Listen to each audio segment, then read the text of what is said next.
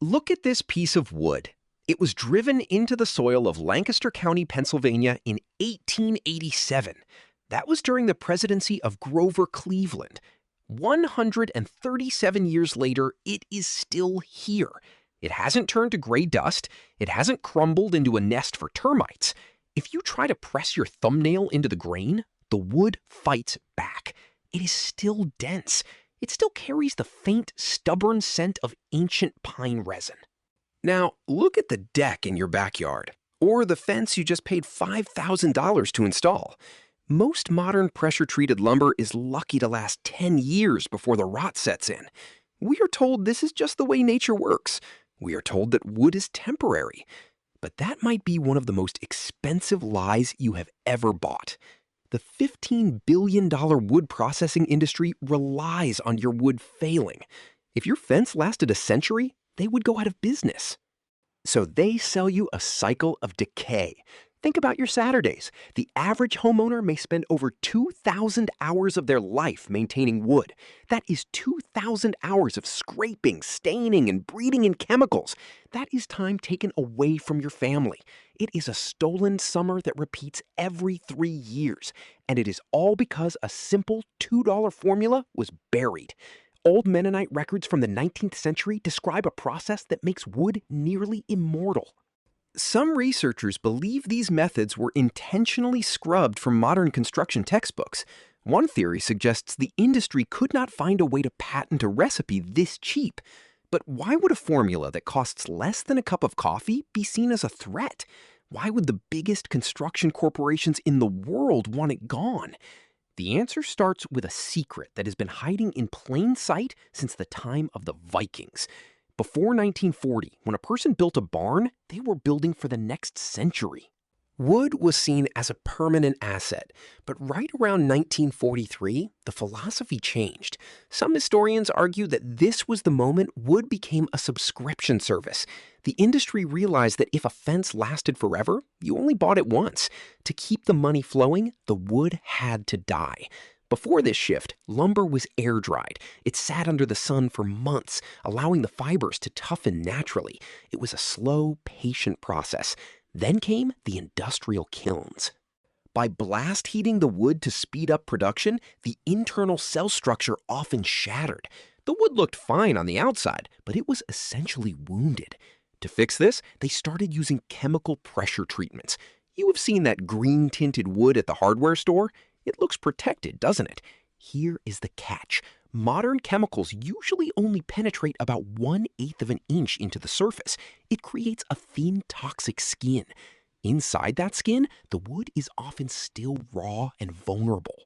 The moment a nail or a screw pierces that 1/8 of an inch, the seal is broken. The wood begins to rot from the inside out, while the surface looks perfectly fine. It is a brilliant, if perhaps accidental, design for failure. As the wood fails faster, the revenue for chemical companies climbs higher. You can't patent a pine tree, but you can patent the poison you spray on it. I recently found a weathered agricultural manual from 1912. It was tucked away in a basement in Lancaster County. The notes scribbled in the margins of that book tell a very different story. They describe a method so simple, it feels like a prank. If this secret got out today, some believe the big box retailers would lose billions. And it all starts with a substance the Vikings used to conquer the sea. To understand why those old methods work, we have to look at the wood's own biology. Under a microscope, a piece of lumber isn't just a solid block. It is a complex highway of straw-like tubes held together by a natural glue called lignin. If you lose the lignin, the wood turns into dust. When you see a modern fence turning that sad, ghostly gray, you are looking at a molecular battlefield. Sunlight acts like a microscopic hammer, shattering the chemical bonds of that natural glue. Researchers note that once those bonds break, the wood fibers become loose and vulnerable. This is where the old world chemistry steps in. Some scholars believe the Amish and their predecessors weren't just painting the wood, they were actually reinforcing its internal immune system. One key component found in traditional pine tar is a substance called abediic acid. In a living tree, this acid may act as a powerful antimicrobial shield. When applied to a fence or a barn, some experts argue it continues to fight off the fungi that cause rot. It is essentially a natural antibiotic for your porch. But the real secret lies in how this formula handles breathing. Most modern paints and sealers act like a plastic bag wrapped around the wood. They trap moisture inside. One theory suggests this causes the wood to literally suffocate and stew in its own juices. The Amish method, however, creates what some call a one-way valve. It allows internal moisture to evaporate out as a gas, but its molecular structure is often too tight for liquid water to seep back in. Think of it like high-end athletic gear for your house. It breathes, it moves, and it never cracks under pressure. While modern coatings are brittle and destined to flake, this bond may actually get tougher as it ages. But here is the part that might frustrate you. One of the three main ingredients in this immortal mixture is likely sitting in your garage right now. You have probably walked past it 100 times, thinking it was just a useless leftover. The recipe isn't a complex chemical soup. It is a trinity of materials that some believe creates a biological fortress. The first is kiln-burned pine tar. Look, this isn't the black sludge used for roofing. It is the golden brown sap of the tree itself, concentrated by fire. The second is raw linseed oil. A quick warning here, do not use the boiled variety found at the hardware store. Boiled oil often contains heavy metal dryers to speed up the clock. Raw oil is patient. It stays liquid longer, which researchers suggest allows it to soak deeper into the wood's thirsty cells. The third ingredient is gum turpentine. This is the engine of the formula. It acts as a carrier, thinning the thick oils so they can travel. Think of it as a delivery truck. It carries the protection deep into the heart of the timber, and then it simply vanishes. It evaporates into the air, leaving the armor behind. But the old manuals mention a fourth ingredient that the modern industry almost never discusses: a pinch of common borax. When dissolved into the mix, it serves as a silent sentry against termites and carpenter ants. The math is beautiful in its simplicity. For old, dry wood that looks like it's gasping for air, use the 1:1:1 ratio, equal parts of all three. If you are working with fresh lumber, some craftsmen suggest a heavier lean: 2 parts oil, 1 part tar, and 1 part turpentine. It creates a lighter, more flexible shield for wood that is still settling. You might be tempted to just grab a bucket and start mixing right now. Stop. If you just stir them together at room temperature, you are essentially wasting your time. There is a specific ritual involving heat that changes the molecular weight of the liquid. Without it, the formula may just sit on the surface like a cheap coat of paint. And the temperature you need? Well, it's probably not what you think. Think of a piece of wood not as a solid block, but as a dense bundle of microscopic straws. These straws are often clogged with old resin, dust, and trapped air. If you just slap cold oil on top, it may just sit there like honey on a marble floor. This is the mistake almost everyone makes. They apply the treatment on a cool, cloudy day or straight out of a cold bucket. Some researchers suggest this is why modern stains fail so quickly. Many commercial products are what experts call film-forming stains. They create a thin, plastic-like shell over the surface. One theory is that this shell acts like a tiny greenhouse for bacteria. It traps moisture inside the wood, letting the rot feast in the dark. The old world secret to avoiding this isn't just the ingredients, it is the heat. You see, when you warm that oil mixture to about 120 degrees Fahrenheit, the magic happens. The molecules move faster, and the liquid becomes thin, almost like water. Some craftsmen believe this allows the oil to dive deep into those microscopic straws. This process is driven by something called capillary action. When the wood is warm, the pores are essentially open and ready to drink. One technique is to apply the mix in the heat of a high noon sun.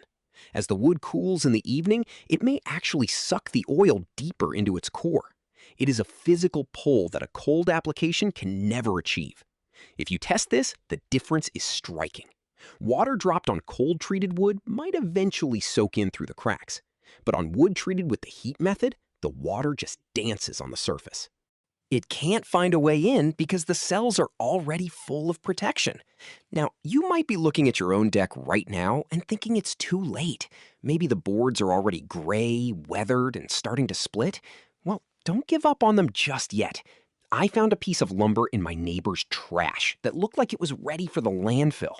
It was bone dry and silvered by years of neglect. Wait until you see what happens when the heat hits the grain. Let's look at the math, because the numbers are, well, they are staggering. Over a 30-year span, one estimate suggests the average homeowner spends $15,000 on deck replacements and sealants. Think about that for a second. $15,000. That is the price of a luxury SUV or a significant chunk of a child's college fund. And you are handing it over, $150 at a time. A single bucket of high-end commercial stain often costs that much. The labels tell you to reapply it every 2 years, but we have all seen the truth. By the second spring, the finish is often already cracking and peeling. Now, compare that to the old world way. The raw ingredients for a pine tar mix can cost as little as $2 per treatment. Some craftsmen find that because it soaks so deep, you may only need to touch it up every 5 years. You are not just saving money, you are buying back your time. Instead of scraping and power washing every other summer, you are actually living your life. There is also the matter of your home's value. A stained deck often looks weathered and worn after a single hard winter, but wood treated with natural oils develops what many call a rich silver patina. It is a look of age and strength. Some real estate experts believe this timeless appearance can actually increase the appeal of a property. It suggests a home that was built to last centuries, not just decades. But the industry does not want you thinking about the long game. They want you on the chemical treadmill. And it turns out there is a much darker reason they want you using those synthetic cans. It may not just be your wallet they are draining. One theory suggests these chemicals are doing something much worse. They might be poisoning the very soil in your garden. Think about your backyard for a moment. Picture your kids playing on the grass or your dog napping in the shade of the deck. Now imagine what happens during a heavy summer rain. Every time water hits those chemically treated boards, it may be washing a toxic cocktail into your soil. Modern wood treatments often rely on powerful biocides to kill off fungus and mold. Some researchers suspect these chemicals don't just stay inside the wood. They could be leaching into the very ground where your family spends their time. Compare that to the way the Vikings handled the elements. They used pine tar to seal their massive longships against the freezing North Atlantic. History suggests they even used this same natural resin to seal their drinking vessels. It was safe enough to touch their water, yet strong enough to survive the ocean. In Norway, there are wooden stave churches that have stood for over 800 years. One theory for their incredible survival is the repeated application of this natural pine blood. It doesn't fight nature with poison. It mimics the tree's own immune system to keep the rot at bay. When you open a typical can of modern deck stain, you are often hit by a sharp chemical wall. Those are VOCs, or volatile organic compounds. Some health advocates argue that breathing these fumes during application may lead to long-term respiratory issues. The old world formula is different. It smells like a campfire in a deep forest. It is a preservative that works with the environment rather than trying to sanitize it with toxins. If this natural method is safe enough for the Vikings and strong enough for an 800-year-old church, well, it raises a very uncomfortable question. Why is it that you can't find a single pre-mixed bottle of it at a big box hardware store? The reason you can't find this mixture on a shelf is actually quite simple. You cannot patent a tree. Wall Street generally hates products that anyone can make in their own backyard. If a chemical company can't own the molecular formula, they can't protect their profits for 20 years. Natural pine tar and linseed oil are what some call open source materials. They belong to everyone, which means they belong to no one's bottom line. There is a massive economic incentive to keep you on what some call the maintenance treadmill. One theory suggests that the same parent companies often own both the lumber mills and the stain manufacturers. It is a perfect loop of profit. They sell you the wood that rots, and then they sell you the chemical that fails to save it. If you use a formula that lasts for decades, you stop being a customer. To a $15 billion industry, a self-sufficient homeowner is a direct threat. Some industry critics argue that building codes have been quietly influenced over the years. They suggest that lobbyists may have pushed for standards that favor synthetic, branded products over traditional methods. It makes the old ways look like amateur work, even if they outlast the modern stuff. They want you to see a glossy logo and a 500% markup. They don't want you to see the raw, simple power of nature. Because once you see it, the illusion of the big box store starts to crumble. You are no longer just a consumer waiting for a sale. You are someone with a secret that the industry has spent 30 years trying to bury. And the best part is, you do not need their permission to use it. I am going to show you exactly what to look for. I have a specific list of ingredients that you can pick up without ever stepping foot in a major retail chain. It is time to stop being a customer and start being a threat. Before you mix a single drop, you have to make sure the wood is actually ready to drink. If your lumber is soaking wet from a rainstorm, this recipe will not work. Most pros suggest a moisture level of 15% or lower. You can check this with a cheap meter or just drop a bit of water on the surface. If the water beads up, the wood is still sealed or too wet. But if that water vanishes into the grain, you are ready to begin. If you have old peeling paint, you have to get it off first. This mixture needs to reach the actual fibers, not just sit on a plastic film. One theory suggests the Amish saturation method works best because it floods the wood rather than just painting it. Now, here is the secret to the application. It is called the wet-on-wet technique. You apply the first coat, wait about 20 minutes, and then hit it again while it is still tacky. This could help create a continuous bond deep inside the timber. Do not just focus on the flat parts of the board. You need to drown the end grain, those cut ends where the straw-like fibers are exposed. Some researchers argue that 90% of all wood rot starts right there at the tips. It is the Achilles heel of every structure you build. Flood the nail holes in the joints until they simply cannot take any more. The wood will look dark at first. It might even look a little scary, like you have ruined the whole project, but you have to trust the process. Give it time to breathe. Wait 3 weeks for the sun and air to do their work, because what happens next is where the magic really starts to show. Think about your grandchildren. Imagine them standing on this same deck 100 years from today. They might run their hands over the grain and wonder how it survived so long. Some believe that by choosing this path, you are not just saving a few boards, you are reclaiming the time and the money the industry tried to take from you. That is the real victory here. The big chemical companies want you to keep replacing and keep buying, but the old ways, they want you to endure. One theory suggests that the simplest solutions are the hardest for a corporation to kill.